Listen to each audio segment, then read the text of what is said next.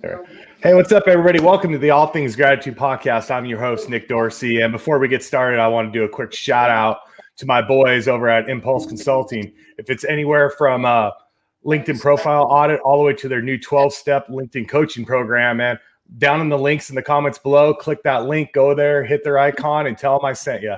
Well, guys, this is great today. This is going to be a lot of fun today. Our next guest, he was drafted in the 2003 NFL draft as an offensive lineman. After 5 years of playing in the league, he decided to retire and pursue his career in construction and contracting. At the age of 27, Marques founded a construction company called Kayden Premier Enterprises. The company had a fast growth in 2010, but eventually his business went bankrupt, losing almost $2 million on one project in a matter of 90 days. During his darkest hours, he pulled himself together, got a part-time job as a custodian, and his hard work and determination became an inspirational keynote speaker, executive coach, best-selling author, and marketing leader, helping to build the success of others. Hey, guys, please welcome to the All Things Gratitude Podcast, Marques Ogden. Welcome to the show, man. How you doing, Nick? Thanks for having me on, man. Oh, man, it's just, I mean, your story's inspiring, man, and everything. Just tell us how it all started and maybe from the get-go. I mean, people don't know you have a brother that was in the NFL. I mean, there's two coming from one family. That's just insane to begin with. You know, the odds is almost impossible. So, man, just say how it went growing up and coming up to this point. So it was great, man. We grew up in Washington, D.C., and unfortunately right now what's going on in our country in that area of the world is not good at all. But that's where we're from originally. I went to St. John's College High School, the same high school that Kevin Plank, who owns Under Armour, went to, which was phenomenal. I then went from St. John's to Howard University. I went there in 1998. It was my only football scholarship offer. My brother got 132 of 132 schools, and I only got one offer for college. But like I tell my coaching clients, and I tell people I've worked with for athletics, all it takes is one. So I ended up getting into from there to Howard University to the National Football League. I was drafted in 2003 by the Jacksonville Jaguars. Jack Del Rio was my rookie coach. It was actually his first year as a head coach in the NFL. And for me, man, it was phenomenal. Just being around people who understood the game at a high level, being around people who understood how to have great leadership, how to have great resiliency. So for me, the NFL was phenomenal. I played almost 6 years. And what it taught me is that the game of football is so much like a lot like life, that you have your ups and downs, you have your ebbs and flows, but the ones who come out on top, I always see are the best cultured football teams. That's why I picked the Bills a few weeks back, because I saw the culture of their players, of their head coach, of their assistant coaches. And it's just like anything in business. You know, you have a great culture, you have a great organization, you are going to be in a prime position, Nick, to thrive no matter what economic harsh environments that you have to face. Absolutely. And you're all about Bills Mafia right now. And I don't know how you can't be. I mean, you put out a post today that was just fantastic, you know, and it sounds like the culture's great there. They got a quarterback with a cannon, you know, so I mean, they're setting themselves up great for the playoff run, man. So, but man, tell everybody out there what you can offer for them now, you know, what you do for your business, and like you're out on the road right now having an engagement for tomorrow. So let people know what you can do for them. So I'm a executive coach. I'm a speaker. I'm a consultant. I can do anything from the standpoint of keynote speeches to workshops to one-on-one coaching to group coaching.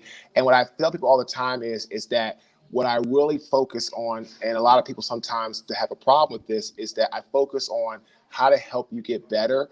But I tell you that from a standpoint of constructive criticism, not trying to get you to be like, oh my God, what are you doing? I'm trying to help you get to where you want to be, because you need to understand at the highest respect that what I'm doing is trying to share with you information so you don't end up like I did, which a lot of people unfortunately don't listen to sometimes because they think they know it all. And then what happens is when they end up getting hit with that whole like, oh my God, this happened to me. Oh my God, how do I do this?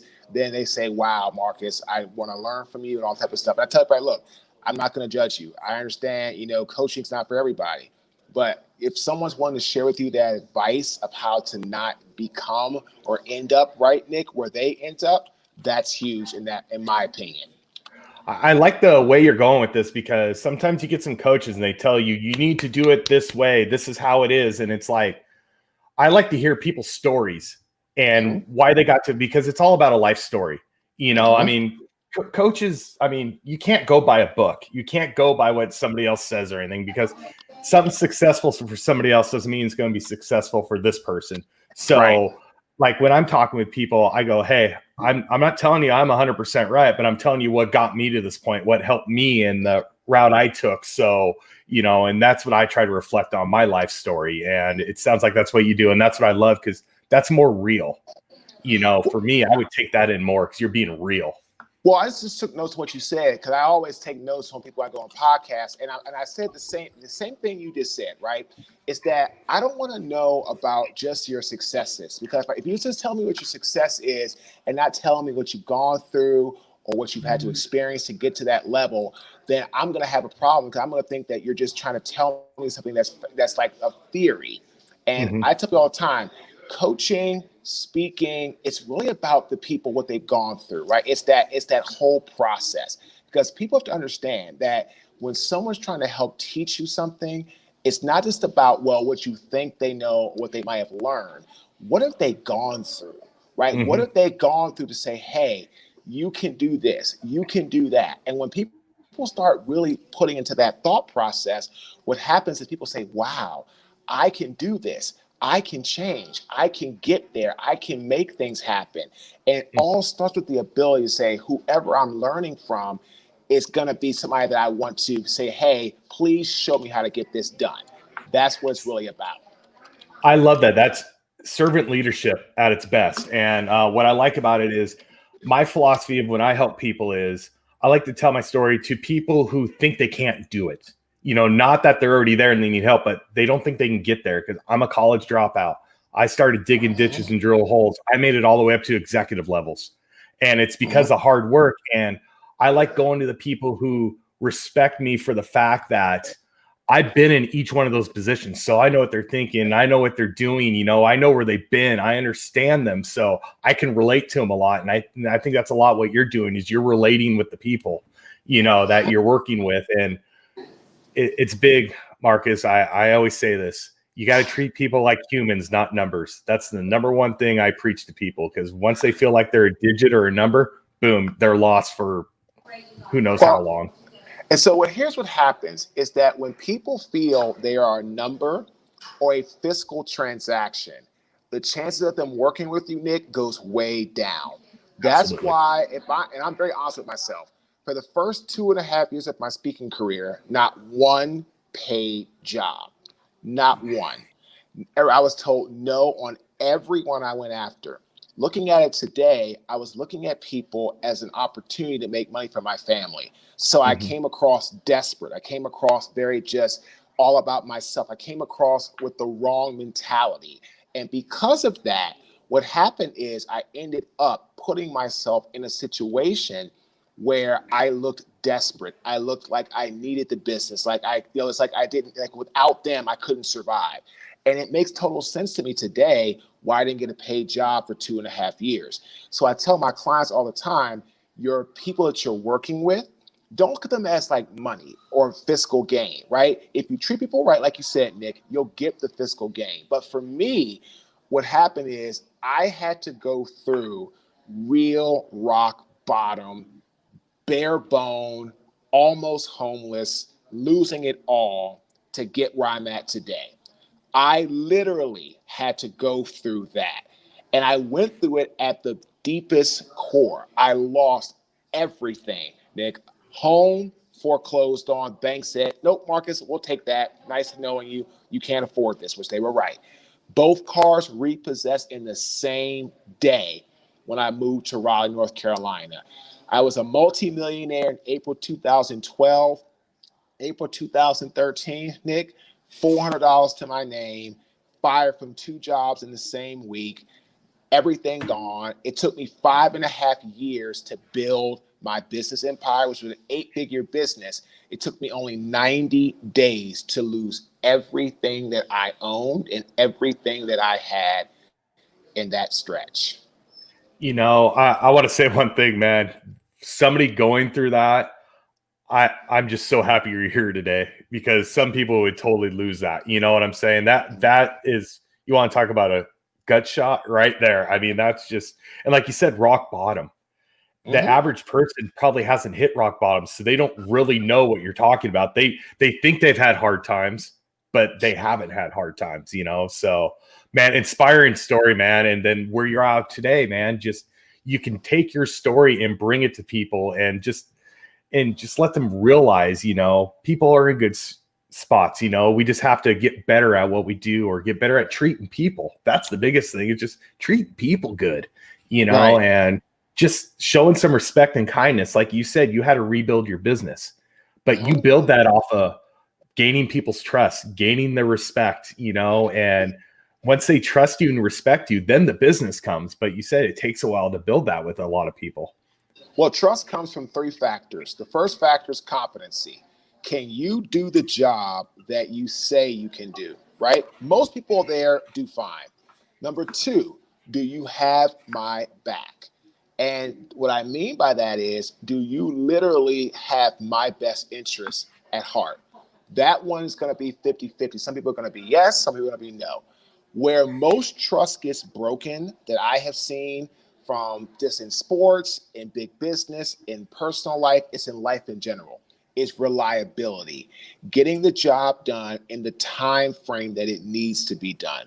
If something's due Friday at 12 o'clock, don't turn in Friday at 12:05, 12:10. I'll never forget, Jack Del Rio told us this as rookies. If you're on time, you're late. And he got that from one of his coaches, who, when he played for the Vikings, told him the same thing. And it's amazing how that culture follows from sports to corporate to all over the place. And for me, I've been doing this now for, speaking now for about 7 years. Yeah, well, I started in September 2013, so it's been 7 years I've been speaking. And it's been a really long road. I mean, where we are now, it's totally different from where we were, 7 years ago. But the problem I see with most people, Nick, is they end up quitting before they hit that stride and get things going where they want to get it going at. Absolutely. And I love all that. And my dad, I grew up in a military family, so my dad always taught us, if you're not 15 minutes early, you're late.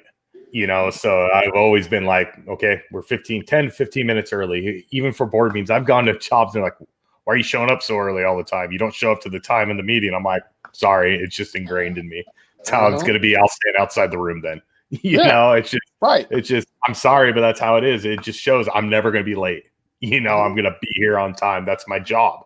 So, no, love that, man. Awesome. So, man, you keep bringing up Jack Del Rio. So obviously you really have a ton of respect for him. And God, he was a monster when he played too. Talk about intensity. I don't know how he was coaching, but he showed a lot of intensity. That's who he was when he was a coach. I mean, that's what the Washington football team has now, is him as their D coordinator. I mean, that's what he's always been. And I'll never forget that. I mean, Jack was just always about coming to work, getting your job done. Like Anthony Lynn was, who was my coach as a rookie, just got fired from the Chargers, unfortunately. Literally show up and do your job. That's what I do in my business. Like, literally, people ask, well, Marques, what was that moment where you actually turned it around? I said, well, do you really want to hear this? It's like, well, yeah, of course. So I said, okay, great. So here's what it was. I was working at Merrill Lynch in Durham in April 2013. After 2 months, Nick, I was fired. All my fault. Nobody's to blame but me. Got a job the next day to a construction company, fired 5 days later. Again, it was not my fault this time, but it was my fault I didn't get a contract, because I was just like, I want to go get money. I want to get paid. And I just did something, jumped into a job, no security. 5 days later, I'm gone. They shut down the parts division where the sales and parts were. I had no job. Then I turned into football coaching. Made a little money here, just kept the lights on, didn't go homeless, still eating at food pantries, still just kind of, having like $20 to go to the grocery store, all the things you can think of is just to get by. That's what I did. So from there, I ended up, because I was not making enough money with the football, because kids were going back into playing, I ended up becoming a custodian, where I worked the night shift from 10 p.m. till 5 a.m. and made $8.25 an hour on the night shift. And that, for me, was the moment I said, okay, I'm going to take care of my family. But what happened is on that shift, on that job, that starting month, took somebody's trash out. And when the trash went out, Nick, it was like 4:30 in the morning. I didn't see a bag. I didn't see the rip in the bag on the front side of the trash. Threw the trash into the trash can. Bam, all the stuff you can think about. Horrible milk, protruding, nasty meat, banana peels, rotten yogurt. Think about everything nasty, stinking, smelling came right back on my body. I put the trash away. I cleaned up as best as I could, which is pretty much not much at all. And I sat on the curb, put my head in my hands. I started to cry. And I said, what the hell's happening, Marques? And I realized, Nick, no accountability, no structure, no ownership. When I realized that, I came home that morning. I sat at my little flimsy chair, my little flimsy desk, and I wrote down the 3 biggest strengths that I possess. And I said, all right, I'm going to be a speaker. Let's go get it done. But again, I start for the wrong reasons. Let me go back. I start for the right reason to help NFL athletes, but I started with the wrong reason. I just wanted to make money.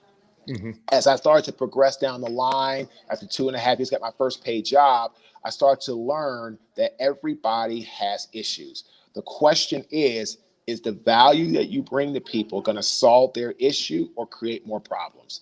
When I realized that, that's when I started to get more speaking jobs paid. I started to get more coaching clients paid. And now today, this month, at the end of this month, I'll work for 19 Fortune 500 companies in the last 5 years, almost 5 years.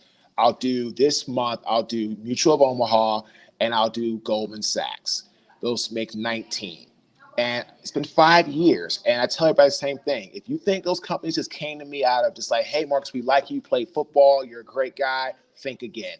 Football has nothing to do with the delivery of the value. That's why I'm sitting here right now in a hotel in Mobile, Alabama. And when I flew into the area, I saw more dirt roads and I saw paved roads, but it is what it is. Their downtown's like a little mini New Orleans without any life. But it's cool, but it's fine. It's fun. I love what I do, but it's work. And to get to this point, it's taken work. No one handed me anything. No one gave me any type of handout. And I said, I'm going to get this done. And you're going to get told no on your journey. You're going to get laughed at. You're going to get ridiculed. You're going to be told, what do you think about? Everybody told me, Nick, go be a football coach, Marques. Go coach football. Go do that and maybe try to work your way up to college and then maybe pro if you're lucky. But go coach football, be a high school coach, and just do that. That's your call. And I said, well, no. That's what you want me to do because you want me to stay in a position where I'm only doing what you think I should do, not what I want to do. And so once I figured out what I wanted to do, that's when I worked towards it. I tell everybody, this is a passion and a career. It's not a job for me. I love that. I mean, you're just showing the passion right now, how much you're into it, because like you said, people are telling you what to do. And it's kind of like, yes, this is what I'm good at, but I want to be good at this too. This is my passion. I mean, people can be physically gifted one way, but they have a passion for something else. And that's what a lot of people need to figure out. Just because you're talented at one thing doesn't mean that's your passion. You're just good at it, and that's awesome. But it's hard work to go into that too. Don't get me wrong. But so right now with all your speaking engagements, and you speak to some people in the NFL, you speak to Goldman Sachs, like you said, and some of these bigger. What's your favorite part of it? What just when you go home at night, you're just like, man, this is just great. This is awesome. What's great is when the light bulb, and I can see the light bulb turn on in people's heads. Like, oh, I could do it this way. Oh, I could do it that way. So I have an acronym for the word sales, right? Everybody has to sell. I don't care if you have a podcast, you need sponsorships like you got with Jordan. I don't care if you're a speaker trying to sell yourself to a job. I don't care if you work in staffing and you're trying to have to sell people in different generations. I don't care what you do. You have to sell. So the acronym I came up with for sales is S is strong. What is the strength and character of your brand? What do people know you for? Who will vouch for you? Who will say that, Nick, you have a phenomenal podcast. You deserve my money for a sponsorship. Who will say Marques is a really good keynote speaker with great action steps, great energy, and great engagement? Hire that guy, right? It's not about what we say about us, it's what other people say about us. Okay, Absolutely. The A is action oriented. I tell people all the time, I post every single day on LinkedIn, every single day. It could be a family post. It could be a business post. It could be a sports post. It could be a travel post. You don't know I'm going to post, but that's the whole idea. I'm not out there posting about all the time, buy my product, buy my product, buy my product, because that's going to happen. People are going to say, yeah, Marques, no, I'm good. You're going to come across as a pushy salesman. Don't need to do that, right? Take action and get the message out there. The L is lay out your why. Everybody has a why in business. If you don't have a why in business, what you started for? How can you align your why you started your business or what you do to get to that level? How can you do that? And what happens is people say, wow, your vision, your mission is in alignment with mine. And when you have an alignment, Nick, around a shared vision with a customer, you got them. The Yep. E is efficient. Don't waste people's time, right? I'm in Mobile, Alabama right now. I've had calls. I flew in here. I have calls. I'm on here with you. I've got calls after this. I've got coaching clients. I got to go meet my client at this little high-rise thing they're having for this, for this networking event. I don't have time to waste, right? I really don't. And if you're going to waste my time, please move on, right? I don't waste anybody's time. I'm going to show you how to get to your goal in the most efficient way possible. And I'm going to do that with the S, the strategies. I'll show you the 30,000 high view, square foot bird's eye view, and I'll show you what I call the tactical everyday things you need to do. Every day, every week, every month, every quarter to get to your annual goal. That's where people fall off, is right now the tactical steps. With my clients, all of them, we're working on what are your big 3 goals for 2021, right? What 3 action steps you need to get done in quarter 1 for goal 1, for goal 2, for goal 3. We're going to go by quarter, Q1, Q1, Q1. Once you do that, we'll get into April. Did you hit your action steps for Q1? Yes? Great. Talk about Q2. No, Marques. Okay, let's go back. Let's revisit this. How do you get this adjusted? How do you move forward? People look at things annual way too much. Annual is not going to get you to the finish line because here's the problem. You have months in between to get to the year. So if you don't do things on the monthly basis correct, what happens is you go halfway through the year, it's like, oh, crap. I spent the first half of the year, I didn't get this done, I didn't get this done. And you look at the back half, you're like, wait a second. I have this year annual goal. I'm not going to hit this. Come too far behind. So I tell my clients, we work in quarters. We don't work in halves. We don't work in years here. If that's what you want, I'm the wrong coach. Because if you're hitting your Q1 stuff, we can keep it moving. If you're not hitting it, I need to help you fix it to get to the next Q. But don't come to me if you don't want to do that, because at the end of the day, that's the strategy. So be strong, be action-oriented, lay out your why, efficient strategies. If you can do that 5-step process, Nick, in the sales process, you can increase your chances almost 85% to get the business. Love that, man. That is great right there. I mean, you laid it out. And one thing I really loved you said about that was quarters. You go by quarters. You don't go by 6 months. You don't go by annual. You go by quarters. I think that's where some people go wrong. Say, oh, over this next year. No, we need to break goals off for individual, every 3 months, every 4 months, however we want to do it. So love that strategy, man. Just spot on in my book. So that is awesome. So, I mean, going back before all this, you get drafted in the NFL, come out of Howard, which is, you don't get a lot of people drafted out of there. So that's a great achievement to begin with. So awesome on that. How was it playing in the NFL? What were there some people, you've already mentioned Jack Del Rio a lot. Was there just some people where you're just like, wow, this is great. I mean, this guy could be inspiring. This is somebody I can, for the rest of my life, I can call, I can text. I mean, what are some of those good stories or good people that you met? Oh, yeah. I mean, playing with guys like Ray Lewis, playing with people like Ed Reed, playing with, some phenomenal, players who are Hall of Fame guys that are just phenomenal in every aspect. It's awesome. And what happens is, I tell people all the time, is that when you learn how to take this and go to the end level, that's going to get you to where you want to be. Right. It's like this, like being an NFL player. Like, I didn't wake up one day to become an NFL player. Right. I went through high school. I went through college. I went through, the whole process to get there. Right. And that's the difference.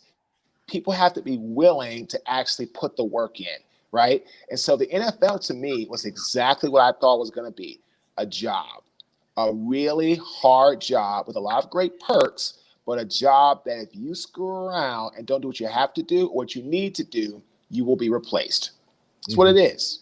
And I saw guys who came into the league from big colleges and thought they were all that. They were undrafted, thought they could live off their past prowess. I'm like, dude, this is not college. You know, you went to Georgia, or you went to Tennessee, you went to Tech. I get it. But this is not that anymore. This is the NFL. Everybody here is good. Yeah. No one sucks, right? You are the best of the best. You know, it's like every level you go up, it's like you play high school, you play against okay people. You get to college, you're playing against a bunch of all-state players. Then when you get to the NFL, you're playing against a bunch of All-Americans. So as you go up, you know, and who knows where those All-Americans come from. I mean, it doesn't matter what level you're at. Is if you put the work in. For instance, Jerry Rice, he come from a really small school, Mississippi Valley State. And, yeah, look what he turned into. I mean, probably one of the best, arguably the best receiver of all time, you know? So, I mean, it's just doesn't matter where you come from. You mentioned Georgia and stuff like it. Don't matter where you come from, man. Well, it's what you got in your heart and what your work ethic is and what your drive is. Well, I mean, look at Larry Allen. Larry Allen went to Sonoma State. Okay. John Mobley went to Kutztown. I mean, you know, Tony Romo went to Eastern Illinois. I mean, there's so many cases of that, right? And what happens is that when you get to that level, it's the same playing field, right? Just like in business. It doesn't matter if you went to Harvard, Yale, or community college. It doesn't matter. Like when you get to the table, what can you do? I tell my clients all the time, when you're at the seat, you're at the table, what are you going to do? Oh, look at this question. What key NFL strategies have you been able to leverage in real life current venture to help you with success? Great question, Melinda. What I'll tell you is this, that what I leveraged in the NFL was the ability to be able to read people and develop pattern recognition. In the National Football League, we had film study, we got to know people's patterns, their favorite type of rush moves, what they like to do in certain situations, who they are, and what things they rely on to help them get their job done. It's the same thing with me and my work today as a speaker, as a coach, as a consultant. I get to know my clients or my potential clients. Who are they? What is their makeup? What do they like? What do they love? What do they fear? Where do they want to go? What's been holding them back? When you develop strong pattern recognition, Melinda, and you're able to know when you're talking to people who they are, what makes them tick, what to say, what to stay away from, and your research and your data analytics, you come to a meeting, or you come to a phone call or to a Zoom call these days, and be ready to roll. That is a strong characteristic that can help you become successful. And that has helped me from my days from the gridiron to the boardroom. That's awesome. Melinda is a great connection. She's a fellow speaker, TEDx speaker, and she does great content she puts out, and she's on Clubhouse too. So find her on there. But great person to be connected with. So very fortunate to have her in the network. So no, that was great. And if anybody else has questions, throw them out there, man. I love it. I love the Q&A like that. So it's fun watching because, you know, like you said before, the NFL, which a lot of fans like me, you know, I guess you would look at it as they don't realize it's a business. It's more emotional for us fans, you know, like my team, the Seahawks, we had probably one of the greatest running backs, Marshawn Lynch, you know, and God, when we decided to let him go or he walked away and all that stuff, it was like the fans were losing it. And it's like, dude, it's a business. I'm sorry. He's a great running back. It's this, but you got to understand there's got to be a time when your favorite players, they just have to be let go because you got to free up salary cap room. You got to do whatever. You got to bring in the next generation of player because not everybody's like Tom Brady can play to 42 or 43 years old. You know, that's a rarity. That's a rare, like we talked about before, we said the average length of the NFL is like 4 years, you know, so it's very seldom you see somebody hit the 10-year mark. It really is. It's the top of the top. So, I mean, it's just, it's nuts. And then injury does it all. So, Well, I know the NFL does this, and I don't know if you help out with this, but I know the NFL works with rookies about investing and making investments because of future, because like we just talked about, only 4 years, injury can come up. Do you work with any of the NFL players on kind of that role, like getting them ready, say, hey, guys, listen, this could be all gone tomorrow. So we need Yeah. to make a plan for the future. So one of my clients is the Buffalo Bills football team. So I've worked with them, talking to their rookies every year to help their rookies understand certain topics like professionalism, financial literacy, how to get the vets respect, how to set a culture and come in and really just put your hard hat on and go to work, how to interact with the community. And I remember meeting Tre'Davious White, who's now their star corner. I work with him and their star left tackle, Deion Dawkins. And I remember meeting Josh Allen in 2018 and also with Tremaine Edmonds. And I told everyone that the Bills' big secret weapon is their youth, because they're very, really young, and they've got a really, really high amount of talent for that age. And working with the Bills has been great, helping their rookies with different questions and sharing with them information. And I really hope to start doing a lot more work with NFL teams, because at the end of the day, what's going to happen is it's like you need to really, truly understand how to not make mistakes that past players made. I really feel that NFL teams are going to start doing more of that this year, because things like, unfortunately, like Dwayne Haskins, other things like that. You need to really get these guys into some type of real environment where they have strong mentorship and strong leadership, because that's where you can help them avoid mistakes. So I've also just worked with the NFLPA. I think it's amazing. They have former players some players want to be speakers, some players might want to be coaches. So the NFL's done a really nice job, Nick, over the last couple of years of creating programs and events where guys can go and get education, they can get coached, they can get mentorship from former players and other experts to help them get where they're trying to go. So to answer your question more specifically, one of my best clients is the Buffalo Bills football team. Awesome. Can't wait till we play them in the Super Bowl. So there you go. Then we can trash talk.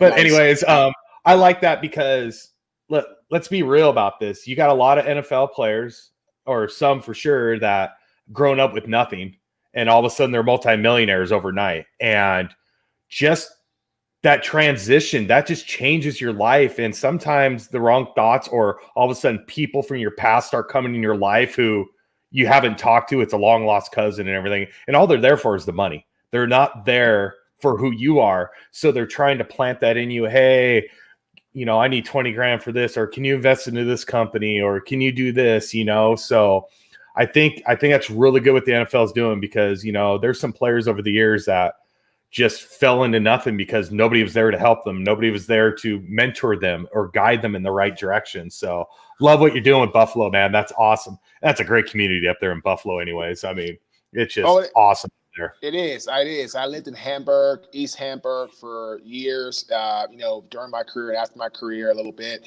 So honestly and truly, I think it's very, very important. Let's go from there. Okay, hold on, I see a question. Yeah. Now that you have been on this journey, where do you see yourself going from here? What's next for your brand? Stacey, that's an excellent question. So where we're trying to go now is on the automation side of the business, because I'm one person and I coach right now, and I'm not complaining at all. I'm very fortunate to have this. Probably on a weekly, biweekly, or monthly basis, Nick, probably around like 40 people. And it's great. It's phenomenal, but I'm one person. And I cannot give information to everyone to help them get where they want to go, because I don't have the time. So we've done some automation things, Stacey. We have a program called Pivot, which Nick, I don't know if I told you about that, Nick. It's a program we're doing out of London. Our partners Elevate, where it's we call it Netflix for business. You can spend $89 for the entire year, and you have access to great content. But mine is more about how to pivot into better situations to help yourself if you're struggling with, how to move, or how to get into a new job, or how to get into a new certain way of life. So that one is what we have. We have one what's called a subscription model, which is based about how to help you have success around certain things in the culture of a corporate American environment. We have a mindset one that we're doing, and we're going to do also on sales. So the automation part of the business is important, because we want to make sure people that can't afford the high ticket coaching, that want to do well, they can have different types of platforms, different price points of entry to help them get where they're trying to go. They want to get better at sales or mindset or how to pivot or how to, grow in corporate America, and also we have our books and things like that. But we really wanted to go in 2021 and beyond to the automation side of the business. Awesome. That is awesome, man. And that's what you have to do. You're trying to stay one step ahead. And that's where businesses kind of slack off a little bit, is they're not trying to stay one step ahead.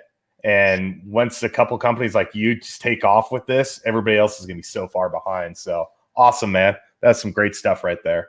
So I know you're a busy guy and everything, so we're going to start wrapping it up a little bit. But first, I want to give out a huge shout out to Jordan Mendoza for connecting us together. Jordan, you're great. You know how I feel about you, and I know how Marcus feels about Jordan. So thank you, man. We really appreciate it, and love to hear about Pivot. We can do that offline. Sounds really good. So, hey, before we get going, just let everybody know. Well, we got one more. Let's see what we got here. Okay.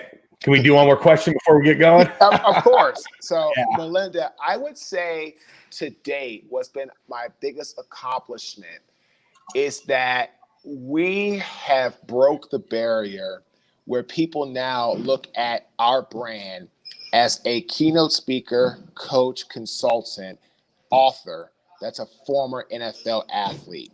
And that took a while to get to, because so many people knew me as Marques Ogden, football player, John Ogden's younger brother, Ogden Brothers, sports, which is very, very nice. But the sports part of my life is the past. So my greatest accomplishment, Melinda, was when people started noticing me in my career as what I do today, who used to be a former NFL athlete. And I think that's something that's really and truly important, because I want to get people to understand that that is exactly who I am, what I'm about, and I want to help you get to where you want to go and achieve your success. Because again, I'm no better than anybody else. I just work hard. I try to work smart, but I'm no better or worse than anybody else. So that's my biggest accomplishment, Melinda, was getting people to call me a keynote speaker, coach, author, consultant who used to play in the NFL. That's awesome, man. That is great. So one really quick thing, I think we talked about a little beforehand. How are your parents back in the day with it? 2 NFL players from the same family, from their kids? What's it, 1 in 4 million or 40 million to make the NFL to begin with, then 2 from one family? I mean, the pride just got to be beaming out of there somewhere. Here's the funny thing, Nick, that a lot of people don't know about. Well, people probably know, but they don't really expect it. We were raised by a single parent, but it wasn't a single mother. It was a single father. Oh, wow. So a lot of people say, I know, I get that a lot. Wow.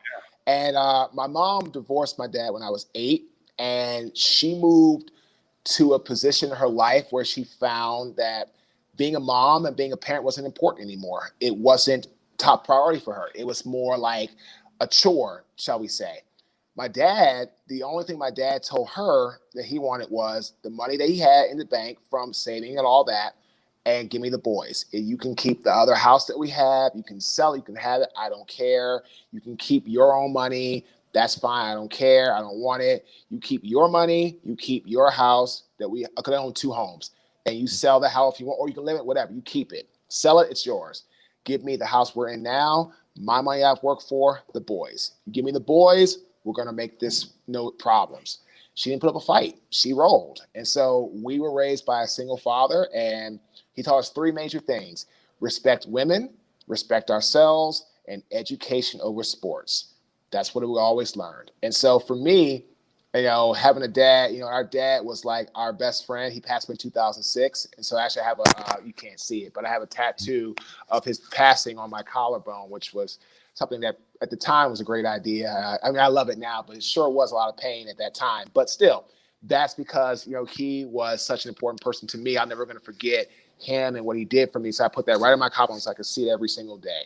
And, for me, in my family, it's like, we're just people. I mean, we're huge people. I mean, I'm 6'6", almost 6'5.5". My brother's 6'9". We're monstrous people, but we're nice people. We're good people. We don't see ourselves anything other than people. So that's why we both have had good fortune after our careers, because we always put people first.